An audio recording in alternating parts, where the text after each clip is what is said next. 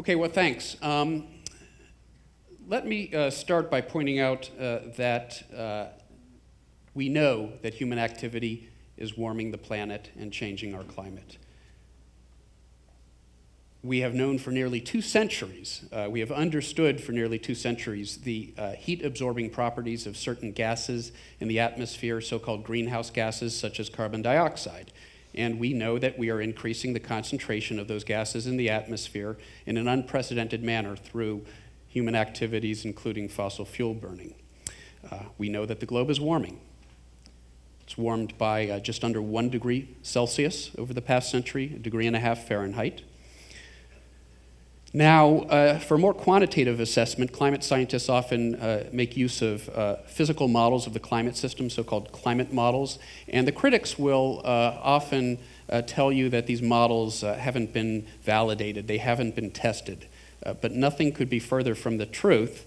And more than 2 decades ago, in the upper floors of this building on the Upper West Side of Manhattan, building made famous, of course, by the Seinfeld show, Dr. James Hansen, director of the NASA Goddard Institute for Space Studies, was running climate models, fairly primitive models by today's standards.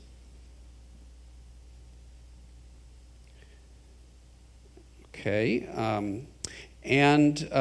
what he did was to take that climate model back in 1988, and he did several retrospective simulations using different initial conditions, and the model did a pretty good job reproducing the observed warming shown in the red when driven by both natural and human factors. Now, as Niels Bohr is attributed with having said, predictions are hard, especially about the future. And Hansen, back in 1988, did make some predictions about the future. He looked at 3 different possible future fossil fuel burning scenarios: a low scenario, a medium scenario, and a high scenario. Now, it turns out that we've more or less followed that medium scenario with our activity over the ensuing decades, and the warming predicted by the model is pretty much spot on with the warming that we've actually seen. So that's a very successful 2-decade in advance prediction. Now, the critics will also tell you, well, maybe the warming that we've seen is partly or even entirely due to natural factors. Well, we can take the models and we can subject them to those natural factors: changes in solar output, volcanic eruptions, cooling volcanic eruptions. And what the models tell us is that the globe should have cooled in recent decades, not warmed, if it was natural factors that were primarily at work. It is only when we include the human factor of increasing greenhouse gas concentrations that we reproduce the warming. Now, what about the future? Well, in substantial part, we hold the future in our hands, which is to say that we could engage in policies aimed at bringing carbon emissions to a peak quickly and ramping them down over the next several decades, and keep warming below 1 to 2 degrees Celsius. We could, on the other hand, continue with business as usual with our fossil fuel burning behavior and end up with warming anywhere in the range of 3 to 4 degrees Celsius, 5 to 7 degrees Fahrenheit by the end of the century. Now, and the precise amount of warming is a little bit uncertain because the models themselves are uncertain. Now, in that scenario where we warm the globe by 5 to 7 degrees Fahrenheit, as James Hansen himself has put it, we would be leaving our children and grandchildren a different planet.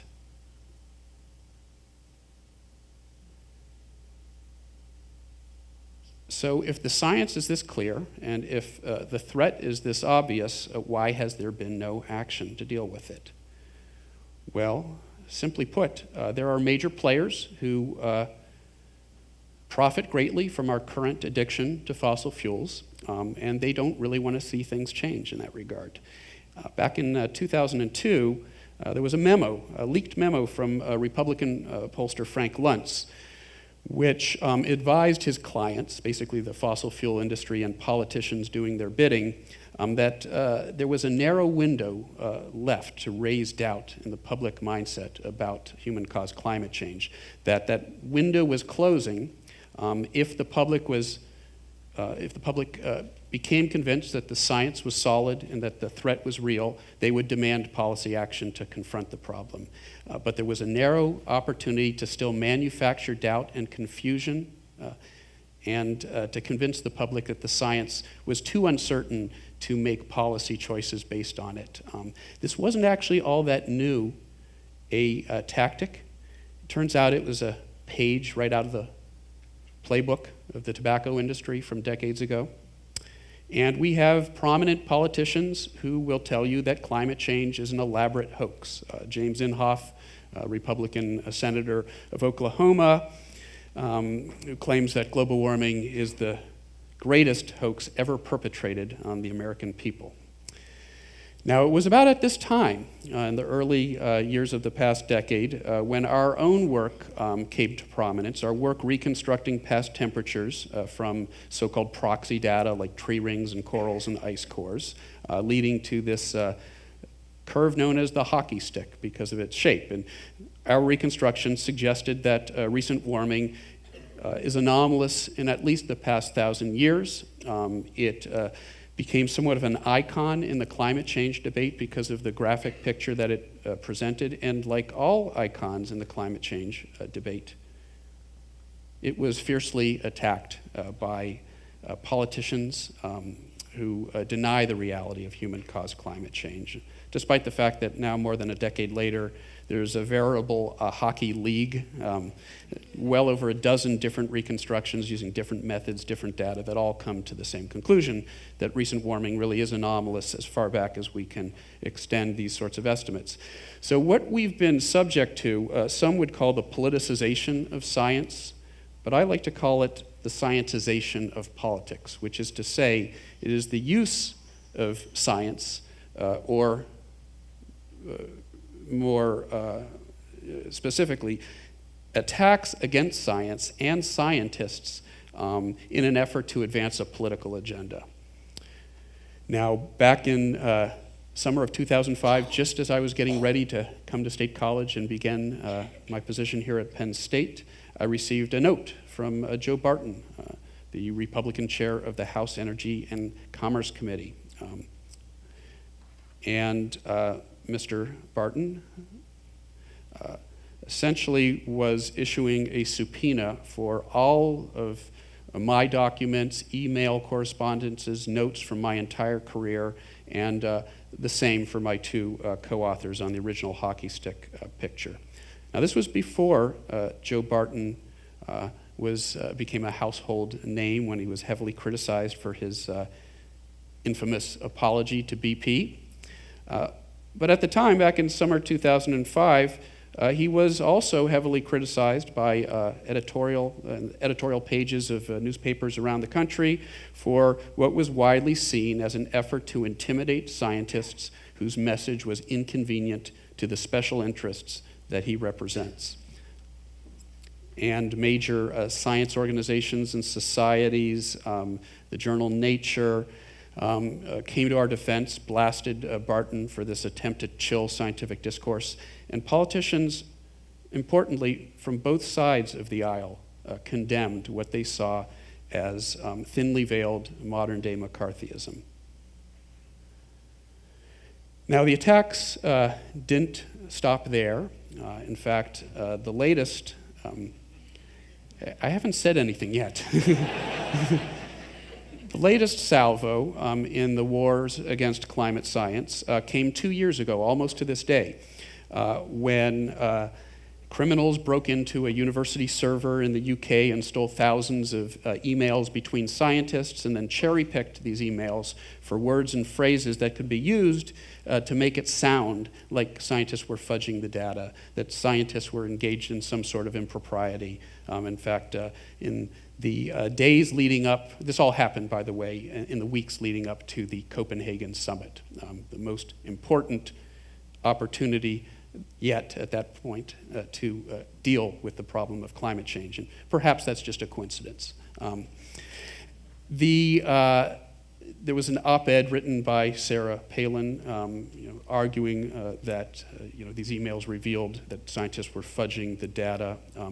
I was allowed to write an op-ed in the Washington Post in response, pointing out that pretty much everything she had said in her column was wrong. To her credit, she did ultimately say that a lot of these emails obviously weren't meant for public consumption, and she said that they could be misinterpreted if taken out of context. That was just last summer, June 2011. Of course, she was talking about her own emails that had been released under a Freedom of Information Act demand from the time that she was governor of Alaska. Well, this campaign, the so-called ClimateGate affair, was seized upon by the usual suspects. James Inhofe, who you may remember from a few minutes ago, in a line almost out of The Manchurian Candidate, found 17 climate scientists who should be prosecuted for their supposed indiscretions as revealed in these emails. And it didn't stop there. That spring, Ken Cuccinelli, the newly minted Attorney General of Virginia, oops, that's the wrong Cuccinelli scandal. Ken Cuccinelli, the Attorney General of Virginia, taking a page right out of the playbook of Joe Barton from several years earlier, issued a civil investigative demand, a subpoena essentially, once again for all of my correspondences with more than 30 different scientists around the world from the time that I was at the University of Virginia for the supposed fraud of climate change. And he was heavily condemned even by newspapers, editorial boards that had supported his candidacy. The Washington Post published no less than 5 editorials blasting Cuccinelli for, once again, a fairly self-evident attempt to chill scientific discourse, disadvantageous to those special interests he represents. And even the award-winning cartoonist Tom Towles, of the Washington Post, couldn't resist commenting on the matter himself. That is my favorite, too. Okay, and the usual groups, public interest groups like AAUP, the Union of Concerned Scientists, even the conservative group FIRE came out and once again condemned these efforts to intimidate scientists. The major scientific organizations and groups, AAAS, NCAR, Nature issued an editorial. And even Al Gore spoke out about this latest attack.